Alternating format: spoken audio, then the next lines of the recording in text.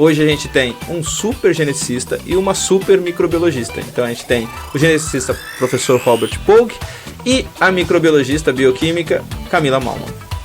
Vocês não sabem o que é epigenética? Não sei, eu tô tentando aprender até hoje. Dá o picolé de amostra, ácido clavulânico no pão, essas coisas não pode. Ele ganhando o prêmio Nobel na Suécia agora. O Oscar vai estar lá na plateia. Chupa o prêmio agora! Faz igual a minha mãe não, que fumou, eu nasci gordinho e roliço.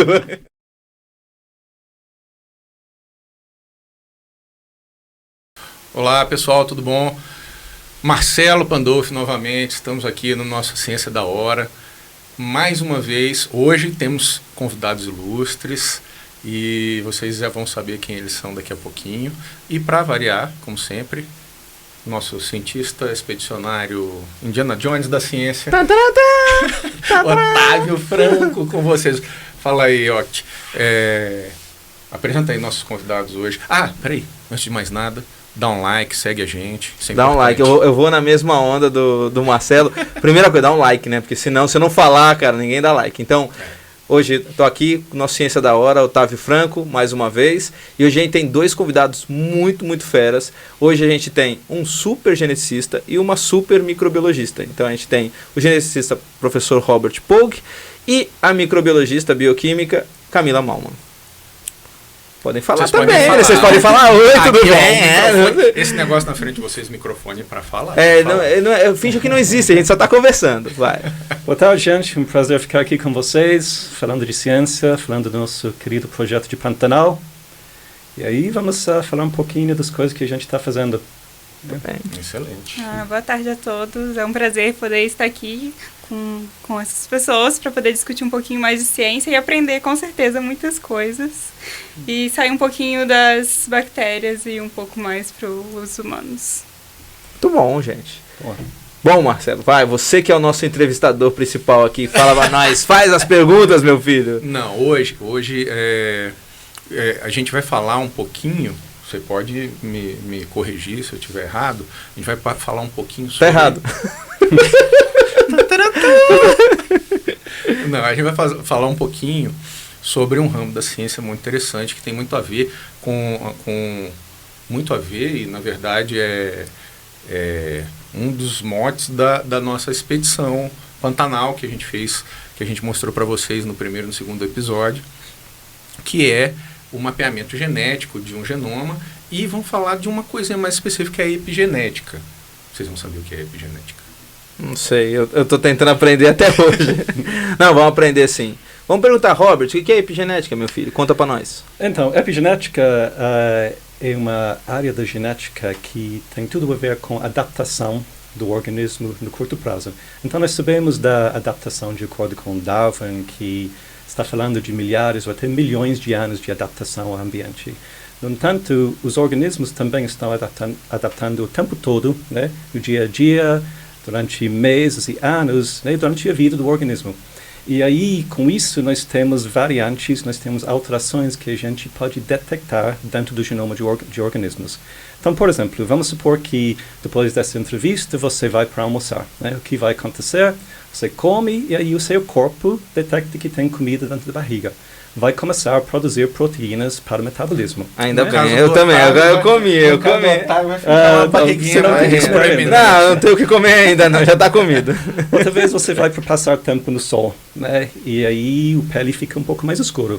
Ou você está treinando, né? Você é atleta, você está treinando durante meses e você aumenta a produção de células associadas com transporte de oxigênio, né? As hemácias.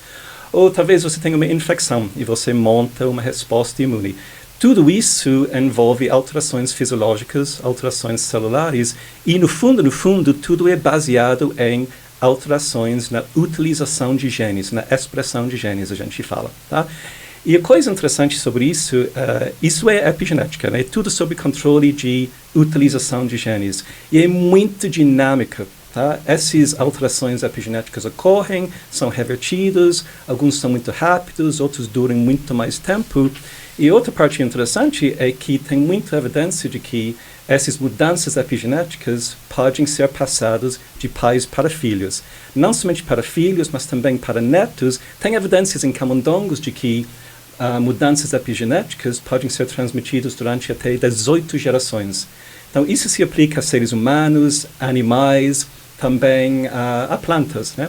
Então, por exemplo, se nós falamos em ecossistemas, biomas, o Pantanal, por exemplo, isso sugere que nós podemos dar uma olhada na epigenética de organismos no Pantanal e, olhando a epigenética, nós podemos monitorar a influência de mudanças ambientais, por exemplo, seco, temperatura, presença de pragas, queimadas, tudo isso vai ser refletido na epigenética.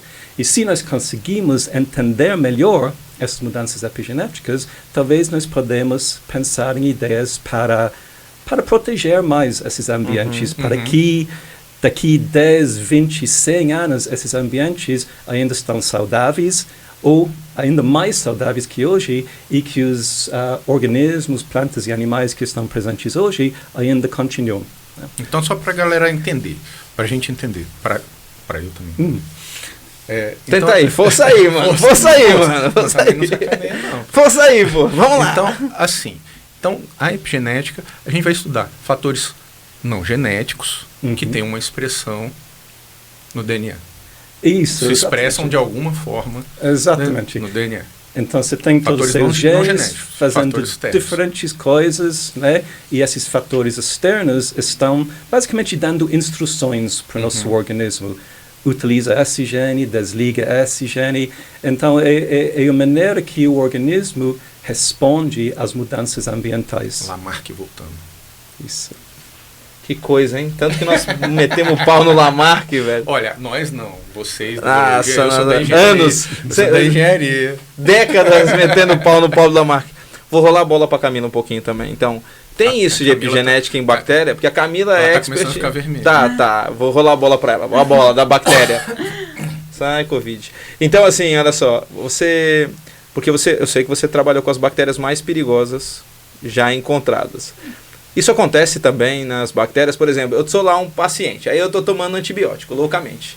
Porque aqui antes a gente podia tomar antibiótico qualquer hora. Chegava, tomava igual picolé, era um picolé e uma mox. Eu só lembro quando eu era pequeno. Eu também. Qualquer resfriado assim. Toma antibiótico, menino. Exatamente. Não, se eu lacrimejasse, minha mãe, toma um antibiótico. Ah, não sei o quê. Isso tem algum efeito para as bactérias assim mais perigosas? Me conta. Com certeza, assim. Na verdade, a gente vai, em termos de bactéria, a gente vai estar falando de alterações, muitas vezes no DNA mesmo, né? Não vamos estar trabalhando com alterações epigenéticas, mas com as bactérias a gente pode ter a ocorrência de mutações que vão, sim, levar a, muitas vezes, elas se tornarem resistentes. Então, o que são bactérias resistentes, só para situar um pouquinho. Na verdade, é quando a gente não consegue mais tratar um paciente com um antibiótico. Então, acredito que já deve ter acontecido com alguém perto que, sei lá, teve uma infecção urinária ou teve algum outro tipo de infecção, uma pneumonia, e falou, nossa, essa pessoa tomou um medicamento e não funcionou. E teve que tomar outro antibiótico, teve que mudar de antibiótico. Isso a gente fala quando o medicamento já não funciona para tratar uma infecção, a gente fala que a bactéria já está resistente a esse antibiótico, ou seja, ela já não morre mais, ela já não tem ela já supera a capacidade do antibiótico de causar a morte delas mesmas. Então, sim, a gente vai ter isso em bactérias também, não a níveis epigenéticos, mas a níveis genéticos. Então, a gente não deve tomar picolé de amoxicilina. Não a gente evita o picolé de amox, ácido clavulânico no pão, essas coisas não pode. Porque como o Robert estava falando, né, que vai ter, por exemplo, nos animais, eles vão se adaptar ao clima, aos insetos, né, a todo o meio ambiente. As bactérias, elas também se adaptam. E no que elas se adaptam, elas também se adaptam aos antibióticos. E elas aprendem a se defender desses antibióticos.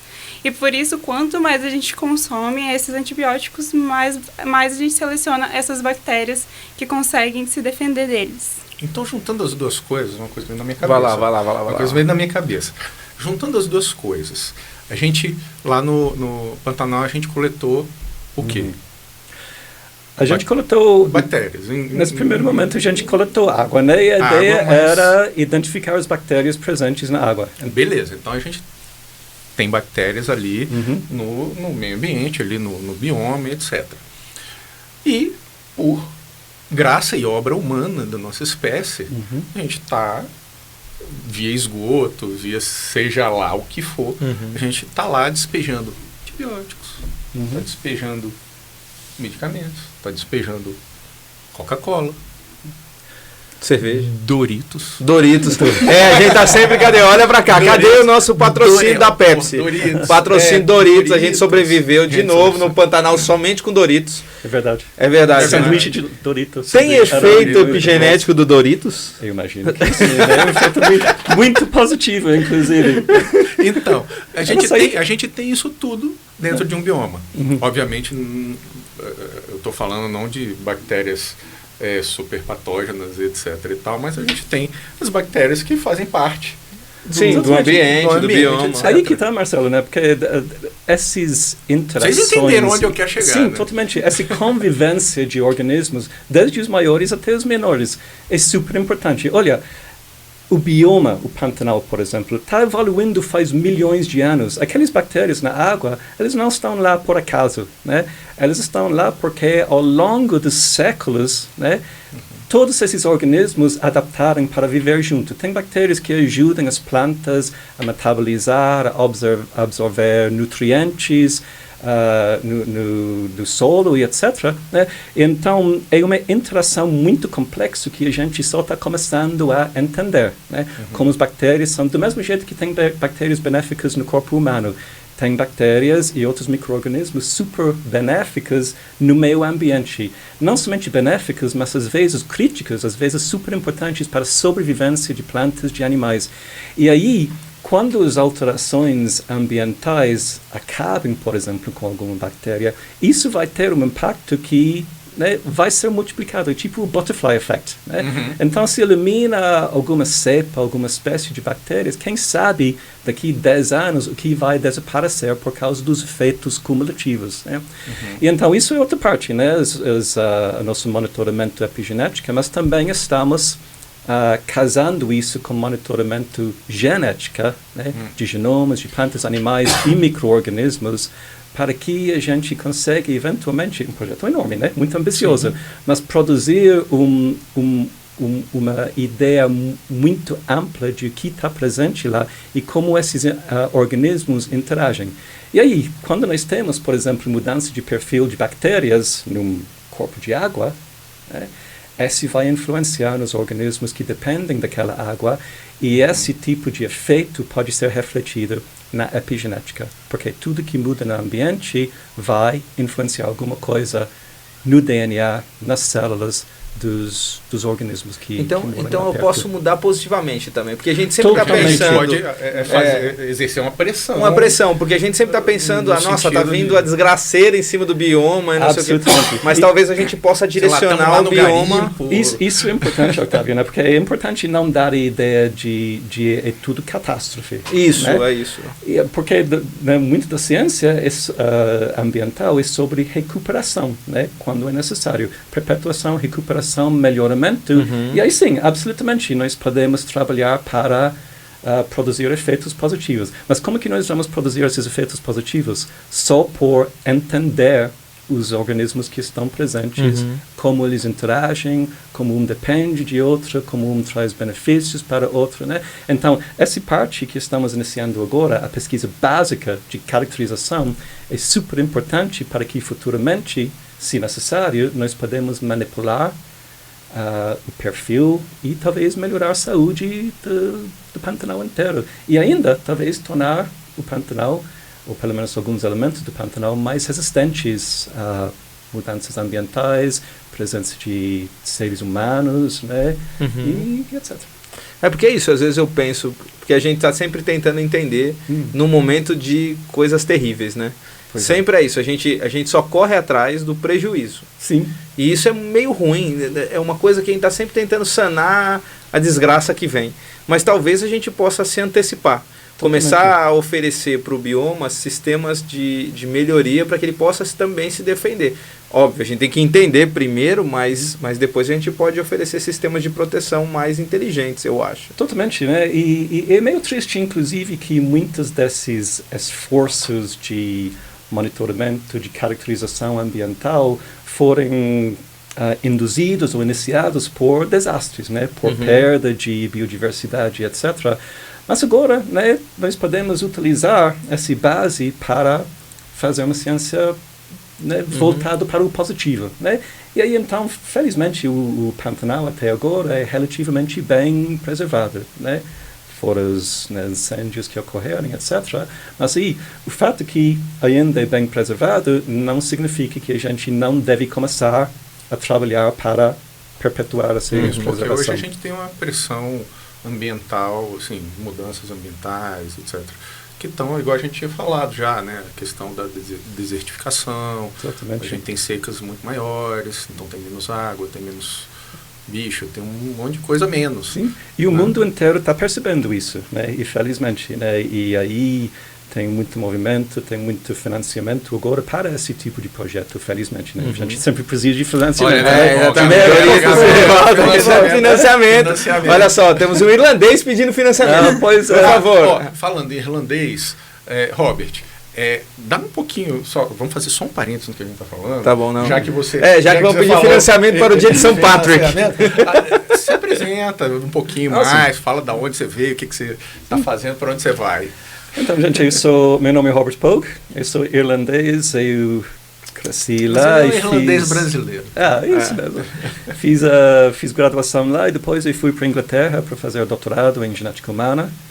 Aí depois passei um período de pós-doutoramento em Califórnia, em Los Angeles, trabalhando na Universidade de Califórnia, em Los Angeles. E aí, naquela época, eu comecei a ficar com saudade do meu país, né? E falei, nossa, eu quero voltar para a Irlanda, né? E comecei a me preparar para voltar para a Irlanda e, de repente, eu conheci uma brasileira. Tá? Eu falei, e você se lascou. Você conhece todo mundo que conhece a brasileira vem para o Brasil, não tem E aí eu falei para ela, olha, eu estou pensando em voltar para a Irlanda. E ela falou, eu estou pensando em voltar para o Brasil. Aí a gente está aqui, desde então. Isso mostra quem manda em toda a estrutura. É sempre a fêmea que manda na estrutura. Pelo menos na estrutura humana. Mas foi uma boa, né? Foi uma boa, porque você está aqui e a gente fica muito feliz. A gente tem que agradecer as pessoas. Exatamente. Eu fico feliz, viu, irlandês? É bom ter uns Irish. Por favor, não chame ele de inglês. Não, por favor. E aí, então eu estou na Universidade Católica de Brasília desde 2009, professor de biotecnologia, focado em genética, especialmente genética humana, né? E fazendo pesquisa lá, também sou coordenador do nosso novo curso de graduação em biotecnologia. Coitado. Coitado dele. Coitado. Muito otimista, vai ser fantástico. E aí agora envolvida nesse projeto super legal. Né? E agradeço o convite. É um prazer, poxa. A gente fica feliz. Cara, e assim, sem você na nossa expedição Pantanal, né? A primeira, né? O episódio que deu origem à série. Exatamente, o piloto. Cara, assim, não teria graça. Então, olha, a ciência é assim. E não felizmente também, né? Vocês mencionaram em outro episódio, né? Que tinha, não sei, 14, 15 pessoas que foram, né? Ciência é uma coisa colaborativa, né? Sim. Você precisa de pessoas com conhecimento de muitas diferentes áreas, né? Então, e a gente precisa sempre de uma pessoa para geneticista. Exatamente. Sempre chupando você. Chupando. Foi uma coisa muito marcante, né? Porque a gente esqueceu uma bomba peristáltica e ele ficou sugando a água. Vocês nunca vão esquecer. Nunca vamos esquecer. Dá 3 dias. Ele roxo. Quando eu estou lá aceitando meu prêmio Nobel e vou contar essa história de eu chupado no Pantanal. Ele ganhando o prêmio Nobel na Suécia agora. O Otávio vai estar lá na plateia. Chupa um prêmio agora! Oh, velho, terrível. Ah, tá Assim, bom, cara. E aí, tava olhando naqueles podcasts e aí vocês tinham um vídeo lá atrás e toda vez que caiu na tela era eu lá. Exatamente. Não, mas isso também serve para mostrar um pouquinho para a galera que ciência também não é só, igual a gente já falou, muitas vezes não é só laboratório. A ciência tem a parte... Totalmente, e né? também tem de adaptar, né? Porque nós chegamos lá, percebemos esse problema, né? Era um piloto, era Sim. complexo, né? E aí a gente aprendeu muito, e inclusive chegamos lá, faltamos esse equipamento-chave, né? Que na verdade era para parar tudo lá e não fazer mais nada. Mas aí estava lá o Breno e a gente pensou e resolvemos, olha, só tem um jeito, é eu fazer nada ou a gente começa a sugar essa água pelo filtro. Não foi fácil. Não podemos Sugar. E a gente não tem patrocínio da Sugar. Pois é mesmo. Olha, é mesmo, quando eu pensei, olha, vamos de novo, tela. Queremos um patrocínio da Sugar. Nós precisamos de geladeiras, como é que é? Com capacidade solar para a gente poder funcionar. O que mais? Nós precisamos de um sugar. Um sugar. Para que eu não sei ainda, mas vai funcionar. Mas a Sugar produz várias coisas, cara. A gente vai falar bem de qualquer um que quer dar patrocínio. Exatamente. Não, alguns não. Tem uns que não dá, não. Ai, cara, não sei pra lá. Alguns não dá, não. Alguns não tem condição. E a Camila? A Camila não vai pro Pantanal. A gente tava tentando convencer ela antes. Ela já falou assim... Muito Vancouver, muito Canadá. Ela conta você também, de onde você tá vindo. Eu fiz meu doutorado aqui na Universidade Católica de Brasília, mas eu fiz uma parte que a gente fala que é doutorado sanduíche no Canadá, em Vancouver. E a minha área de conhecimento específica é microbiologia, mais voltada à resistência bacteriana. E agora eu estou fazendo um pós-doutorado com o professor Otávio. Na Universidade Católica de Dom Bosco e Universidade Católica de Brasília também, né? Que a gente trabalha nas duas. E eu acho que seria mais em relação ao Pantanal. Lembrei que eu estava esquecendo a pergunta. Tá vendo? Sempre tem alguma Demorou, mas foi. Mas em relação ao Pantanal, sim, eu acho que com certeza é uma oportunidade boa de pesquisa, mas tem que planejar um pouquinho. A gente precisa de microbiólogo lá. É verdade. E o Robert se adaptou super bem. Foi, eu fiquei de cara. Eu achei que ele ia passar meio sofrimento, só com Doritos e sol na moleira. Eu só fiquei triste porque não consegui encontrar um sucuri lá. É verdade. Então, tomara a próxima vez. Era bem seco, né? Naquela nós estávamos numa fase muito seca mesmo. Mas na próxima. Tudo funcionando. Então, esperamos que funcione. Gente, não deixe de financiar a nossa... Deixa de ser pidúncio, velho. A gente não precisa de muito, é só muitos milhões, poucos milhões. Nada demais. Qualquer coisa. Agora, nós vamos voltar na epigenética ou nós passamos isso? Vamos? Não, podemos voltar. Deixa eu perguntar, se eu ficar infectado, o meu corpo vai ter reações epigenéticas de tentar resistir à bactéria? Então, se eu pegar uma dessas bactérias todas terríveis que você estuda, não sei o quê. Mas você fala pra galera assim, reações epigenéticas. O que são reações epigenéticas? Tudo bem que o Robert já explicou, mas não custa nada explicar nenhum. Não, eu vou ter uma resposta de adaptação a essas bactérias que pode ser integrada no meu DNA e depois... Porque eu fico pensando, imagina, se eu for exposto a essa bactéria horrorosa. Aí, sei lá, tipo ano que uma vem... bactéria que você possa ter criado. Talvez. Ninguém não ouça. Ninguém Não. Uma bactéria que vem do norte do Tibete, velho. Beleza. Longe. Aí depois eu pego essa infecção. Aí meu corpo começa a responder. Aí eu tenho uma variação no meu DNA, e aí depois, se eu tenho um filho... Ele começa a responder também. Imunologicamente, mas também tem uma resposta... genética e epigenética. Dá aquela impressão lá, né? Aí depois eu descubro que eu vou ter um filho. Que não, mas ok. Aí vai nascer esse filho. O meu filho já nasce com essas características de resistência a essa bactéria. Isso é possível? Então... Vai pros dois, tá? Vocês dois podem falar. Eu fiquei pensando, imagina, eu pego a infecção, aí faço um filho e meu filho já sai resistente. Só tá fazendo as perguntas simples hoje.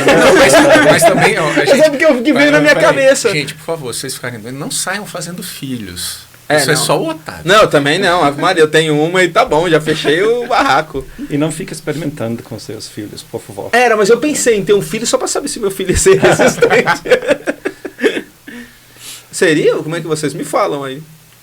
Discutam Eu acho aí. que pode sim ter uma resposta, né, em níveis epigenéticos, mas eu não sei até.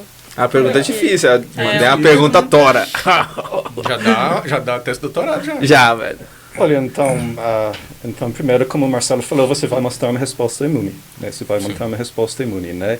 E aí nós sabemos que, de maneira limitada, né, a proteção imunológica pode ser passada, né, para filhos. Mas agora você está falando, talvez, de uma adaptação, uma tolerância. Esse organismo. Olha, se durante a vida você consegue se adaptar para conviver, vamos dizer, junto com algum novo micro-organismo, obviamente isso vai envolver alterações epigenéticas. Né? Qualquer coisa que está acontecendo nas suas células a curto prazo, né, basicamente está envolvendo alguma mudança epigenética. E aí, se for uma coisa realmente persistente e forte, talvez pode ser passado para os filhos. Eu não consigo pensar em nenhum exemplo específico disso. Mas, por né? exemplo, porque eu tenho visto uma série de trabalhos que os caras ficam fazendo treinamento com os ratos. Sim. E aí, depois, as gerações futuras, elas têm maior ganho de massa muscular. Isso sim. Isso Mas também então quer dizer que comprovado. se eu treinar bastante, quer dizer que meu filho vai nascer treinar bombado? ali, pá, pimba. Olha, tem Combina. evidências disso com certeza. Pô, aí, galera, vocês treinam, velho, que o filho de vocês já nasce uma máquina, entendeu? Faz igual a minha mãe, não, que fumou nasce gordinho roliço. É bem conhecido que os nossos comportamentos durante a nossa vida, né, pode criar condições ou uma perspectiva, vamos dizer, saudável para os nossos filhos, em termos de longevidade, em termos de força, em termos de saúde geral. Então, absolutamente, né? E aí, em termos de interação com patógenos, né, talvez também. Aí eu vou fazer aquela pergunta que a gente estava conversando antes de iniciar. Já para introduzir aqui o nosso equipamento e tal. Sim, amanhã a gente vai poder, de repente, estar fazendo uma leitura epigenética e falar assim, opa, agora é a hora De ter filho. de ter filho. Isso Pode? também. Isso ia ser muito legal. Agora é a Imagina, hora. agora meu filho vai nascer tora, velho. Eu nunca estudei tanto, meu cérebro tem um buraco e ele vai nascer mais inteligente. Porque eu forcei a minha cabeça igual na época que eu fiz a minha prova de mestrado, que até hoje eu tenho um buraco aqui no tampo do meu crânio. Eu li 4 vezes o Leniger. Pra quem não sabe, o Leniger é um livro de bioquímica dessa tora assim, ó. Que eu não conseguia andar e mascar chiclete ao mesmo tempo. Tamanho um esforço. Será que isso acontece? Eu imagino que sim. Olha, falando de momento para ter filhos, nós sabemos que nos trabalhos com fertilidade tem vários indicadores que são utilizados para a mulher saber que, né, isso é o momento para engravidar. Né? Então, imagino que vários desses já estão sendo incorporados em wearable tech. E por que não, né, incorporar análises epigenéticas? Porque, olha, essas tecnologias, né, Marcelo, estão sendo cada vez mais melhorados em termos de desempenho e também em termos de tamanho. Né? Então, em outro podcast, o Octávio mencionou que as primeiras máquinas para analisar DNA foram enormes, né? Maior que uma máquina de lavar. Né? Hoje em dia, o que a gente levou para o Pantanal para fazer o sequenciamento foi esse bichinho aqui. A gente tinha contado... Mostra na câmera, olha o tamanho do negócio. A gente tinha contado que a gente ia fazer a análise de DNA no barranco. Sim. E que o pessoal colocou pra gente esse desafio, né? Mas mostra aí, Mostra. aonde que vai? A água vai aí, o DNA, a pessoa, Então, bota o dedo, é isso? Onde o DNA vai exatamente, não temos isso aqui. Então, isso é uma coisa que tem de ser mantido gelado. Peraí, Tá Robert, só um segundinho, só para o pessoal entender. Isso aqui, não sei se está dando para pegar aí, Kiko, o homem por trás das câmeras. Então, O Kiko não falou o nada, Kiko não fala, falou nada Kiko. hoje. Não fala nada, o Kiko não... Já tem 4 aí. Já tem gente demais, a parada já tá sem o condição. Kiko é o nosso Lombardi. Então, assim, esse equipamentozinho pequenininho aqui, que está ligado no laptop, que fez que faz o mapeamento genético. Sim. Esse aqui é um sequenciador de DNA, né? Absolutamente, eu estou encantado com esse equipamento aqui. Chama MinEye, né? Produzido por uma empresa no Reino Unido chamada de Oxford Nanopore. Octávio descreveu brevemente em outro podcast. E ele faz um sequenciamento de DNA. Então, esse aqui é o hardware, né? O equipamento. E aí a gente bota dentro daqui um consumível que nós chamamos de flow cell. E é lá que a gente pinga só um pouquinho de DNA e vai fazer o sequenciamento. A coisa muito legal sobre esse, tem várias coisas muito legais, né? Primeiro, ele puxa energia só do laptop, tá? E também você começa a sequenciar, você bota a amostra e depois de 10 minutos você já tem informações genéticas saindo aqui no computador. Então aqui, por exemplo, falando para a gente quais bactérias estão presentes na amostra. Né? Então legal. Isso já é muito pequeno. Essa empresa já produz outra versão que vai aqui no seu celular. Você bota DNA e faz o sequenciamento lá. Então está cada vez ficando menor. Então eu não tenho a mínima dúvida que eventualmente nós vamos ter, primeiro, um equipamento que funciona muito rápido, que eu vou poder fazer isso, e vou ter sequência do seu genoma, e também que vão ser eventualmente minúsculos, que você pode botar talvez no seu smartwatch, ou talvez um implante, se quiser, ou um patch que você bota aí, para monitorar o seu DNA, o seu epigenética, né, no dia a dia. E aí isso pode indicar, né, que a sua saúde está comprometida, que você está de boa saúde, que sua atividade física está melhorando o seu desempenho cardíaco, etc. Olha, tem coisas que a gente nem ainda consegue imaginar, né? E é muito legal pensar nisso, porque você veja tudo que a gente descobriu nas últimas décadas, né? E você pensa, nossa, ainda tem tanta coisa para descobrir. Isso é muito legal para quem tem interesse na biologia, na biotecnologia, né? Não se preocupa, né? As próximas décadas, séculos, ainda vai ter um monte de coisa para descobrir, né? Então a gente só está fazendo a base para os futuros cientistas. E o mais legal para quem não está nos vendo, quem está ouvindo, é do tamanho de um pendrive grandinho, assim. Uhum. Então isso para a gente está falando aqui para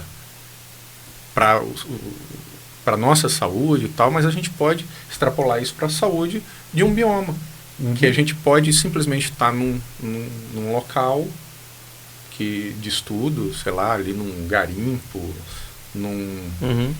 Gostei do garimpo, cara. Imagina você ver as mudanças ambientais causadas. Você vê ali online, pelas empresas de mineração. Em real time. Você coleta a amostra, bota um pouco de amostra aqui e já manda os dados para nuvem, né? Sim. E aí você vai para... A gente joga um nível de monitoramento ambiental para um outro patamar, eu acho. A gente joga para um nível de cuidado do planeta para outra esfera. E isso vai possibilitar a gente cuidar em tempo real de todas as partes do planeta. Imagina a gente ter, então, um sistema de monitoramento e sequenciamento na Amazônia, no deserto de Saara.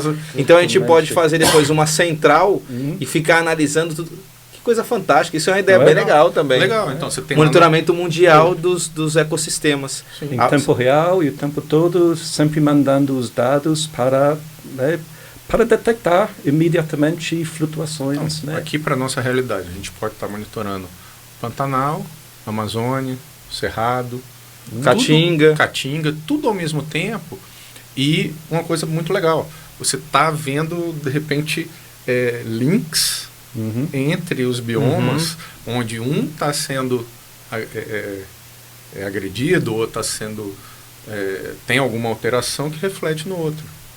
E totalmente, inclusive dentro dos você pode fazer esses cruzamentos de dados em algum momento.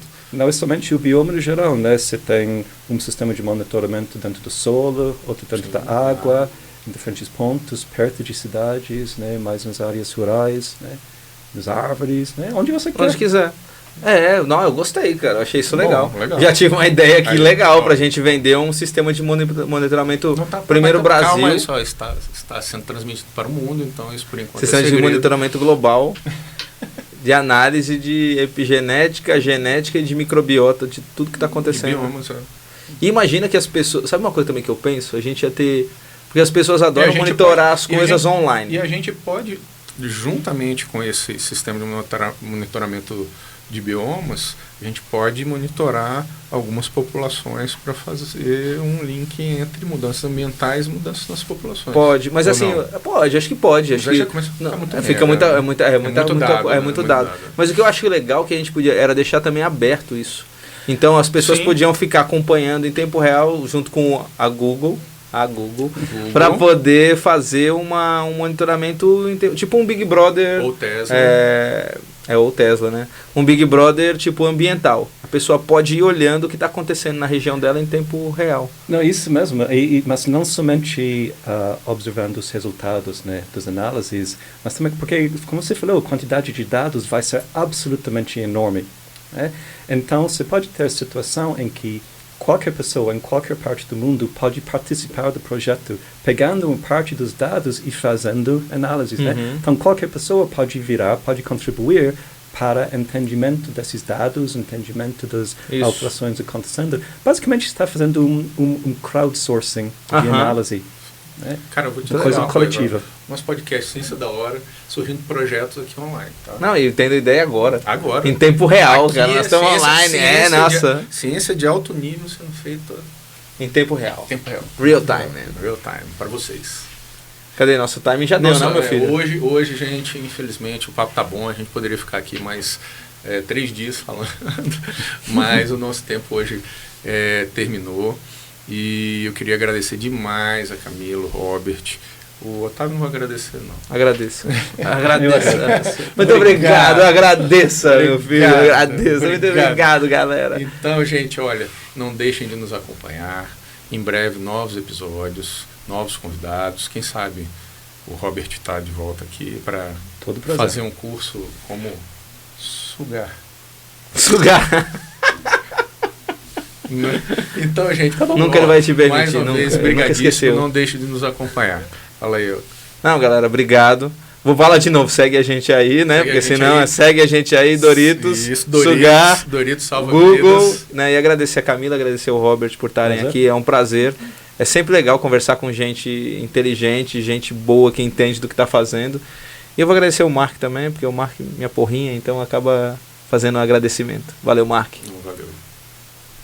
Dá a palavra para os meninos. Agora vocês poxa, coitados. Olhem ali para a câmera, deem um tchau, fala para a galera seguir a gente. Obrigado, segue a gente. Obrigada a todos, segue, curte e obrigada pela oportunidade de estar aqui conversando um pouquinho com vocês. Valeu, galera. Legal, valeu.